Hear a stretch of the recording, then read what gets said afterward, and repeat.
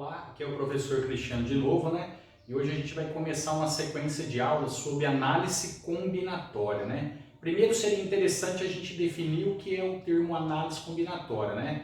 Posso definir da seguinte forma: análise combinatória é a parte da matemática que estuda métodos e técnicas que permitem resolver problemas relacionados com contagem, né?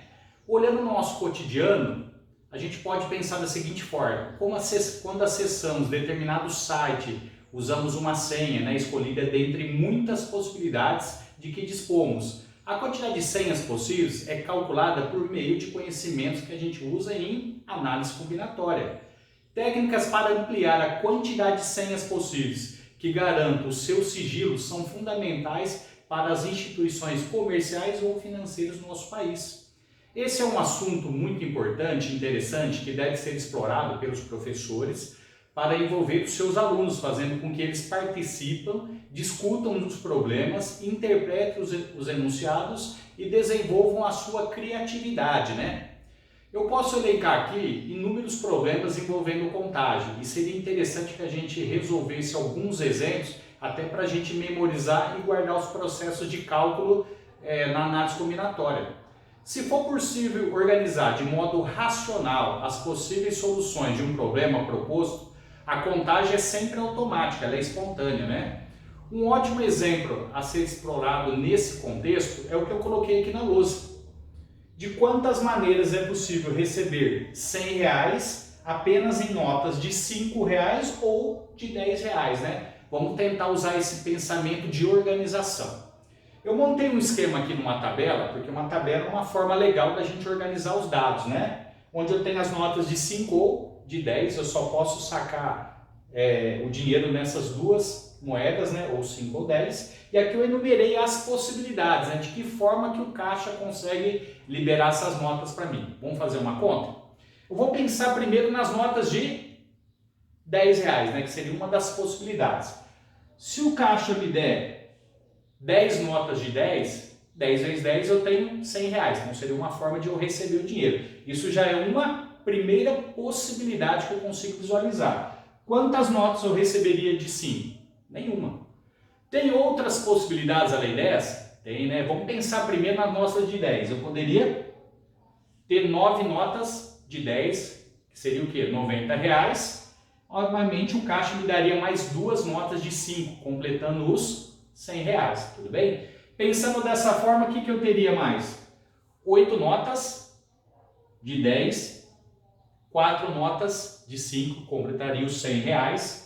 Eu poderia ter 7 notas de 10 e mais 6 notas de 5, eu teria de novo os R$100. E pensando nesse contexto, eu teria o quê? 6, 8, 5, 10, 4, 12, 3, 14, 2 notas, 16, uma de 10 e 18 por 5. E no último momento eu teria 0 notas de 10 e 20 notas de 5, que daria os R$100. Organizando os dados, o que eu percebo? Que eu tenho 11 maneiras diferentes de sacar R$100, utilizando só notas de 5 ou R$10, que são as notas que o caixa pode fornecer.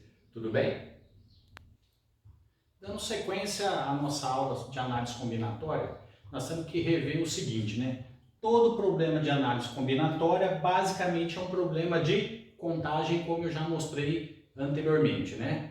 Aqui eu queria destacar agora o princípio fundamental da contagem, né? Que a gente chama de PFC, que é uma sigla, né? Princípio fundamental da contagem. É um princípio que a gente usa para resolver problemas que são um pouquinho mais complexos, né? Apresentar o princípio fundamental da contagem ou a regra do produto, que é: se o que deseja obter é formado de duas partes independentes, devemos saber quantas soluções apresenta cada parte e, em seguida, multiplicar os seus resultados. Esse é o princípio que a gente vai usar de cálculo para definir as soluções, né? Outra coisa é que, para a gente entender bem esse princípio fundamental da contagem, precisa se fazer muitos exercícios para que você entenda esse processo de pensamento. E as formas que eu vou utilizar para chegar nessas soluções a gente chama de árvore das soluções, né? Que eu vou mostrar como é que funciona esse princípio de construção das soluções. Tudo bem? Bom, a gente está discutindo aqui o princípio fundamental da contagem, né? Que eu falei para vocês que eu vou preparar uma árvore de soluções dentro de um determinado problema. Eu tenho que sempre lembrar algumas coisas sobre análise combinatória. Aqui no princípio, eu fiz um resumo para você lembrar de uma questão-chave, né? No princípio fundamental da contagem, multiplica-se o número de opções entre as escolhas que lhe são apresentadas, né?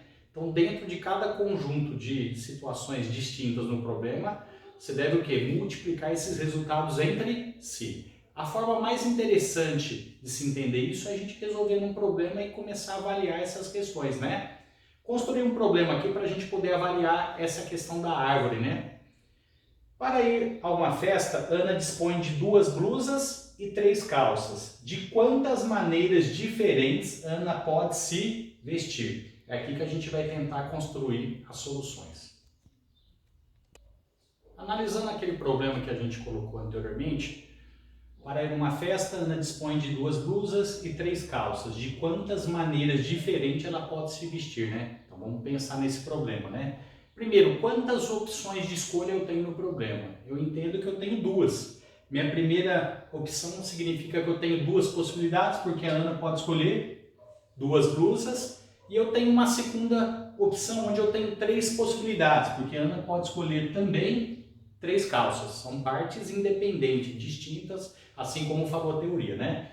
Então, primeira opção e segunda opção. Primeira opção, as blusas. Na segunda opção, as calças. Eu fiz uma combinação visual aqui, que a gente chama de árvore de solução, né? Que parece uma árvore com seus galhos, para a gente entender o que combina com quem. Você tem a blusa número 1 e a blusa número 2, você tem a calça 1, 2 e 3. Eu numerei dessa forma para a gente poder identificar cada elemento desse vestuário, né? Então, de que forma que a Ana pode se vestir? Ela pode usar a blusa número 1 e a calça número 1. Então, como resultado, teria isso aqui, ó, blusa 1 e calça 1. Essa é a primeira forma que ela pode se vestir. Qual seriam as outras opções? Blusa 1 e calça 2. Seria uma segunda forma, né, diferente da anterior. Blusa 1, calça 3. Então, só usando a blusa 1 e as 3 calças, eu já tenho 3 opções de vestuários diferentes, né? Agora eu vou combinar quem? Com a blusa número 2. Blusa 2, calça 1. Isso é uma outra forma que ela pode se vestir, diferente das anteriores. Blusa 2, calça 2, mais uma forma. Blusa 2, calça número 3. Só que eu consegui quantas opções, ou quantas formas diferentes? 1, 2, 3, 4, 5, 6, não é isso? A Ana tem basicamente 6 formas diferentes de se vestir, né, utilizando as 2 blusas e as 3 calças que ela possui no seu vestuário. Teria uma outra forma de resolver isso? Tem, né? Isso aqui é uma estrutura visual para se resolver, mas aqui eu posso analisar assim, ó, de forma independente. Quantas blusas ela dispõe no seu vestuário? 2. Então você tem 2 opções de blusa. Quantas calças ela possui de opções? 1, 2, 3, não é isso? Ó? Você tem 1, 2, 3. Então ela tem 3 opções de calça. Como é que eu chego naquele resultado? O princípio é sempre multiplicativo. 2 opções de calça vezes, aliás, 2 opções de blusa vezes 3 opções de calça, eu tenho 6 resultados possíveis. Então aquilo que a teoria falou, né? Multiplica a quantidade que você tem nas 2 opções independentes, necessariamente você vai ter o resultado do problema. Tudo bem? Falando ainda sobre análise combinatória, né, eu trouxe um outro problema com questões numéricas, né, que é um tipo de problema muito comum de se aparecer em provas de grandes vestibulares, como o Enem é um caso deles. Criei uma situação aqui bem simples para a gente poder praticar aqueles conceitos de organização, né, de dados de uma forma de eu provocar soluções.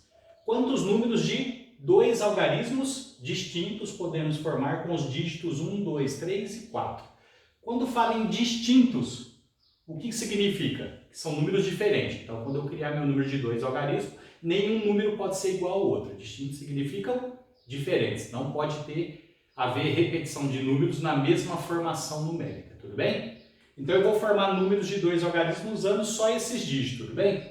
Primeiro eu vou tentar no visual, vamos ver. Quais são as combinações que eu poderia fazer? Ó? Se eu juntar o 1 e o 2 eu tenho o 12. Se eu juntar o 1 e o 3 eu tenho 13. Se eu unir 1 e 4 eu tenho 14. Olha lá, todos são distintos, nenhum é igual ao outro. Usando o 2 agora, eu posso formar o 2, 1, o 2, 3 e o 2, 4. Tem mais uma sequência. Começando com 3, ó, 3, 1, 3, 2 e 3, 4. Olha lá, todos distintos, nenhum é igual ao outro. Começando com 4, 4, 1, 4, 2 e 4, 3.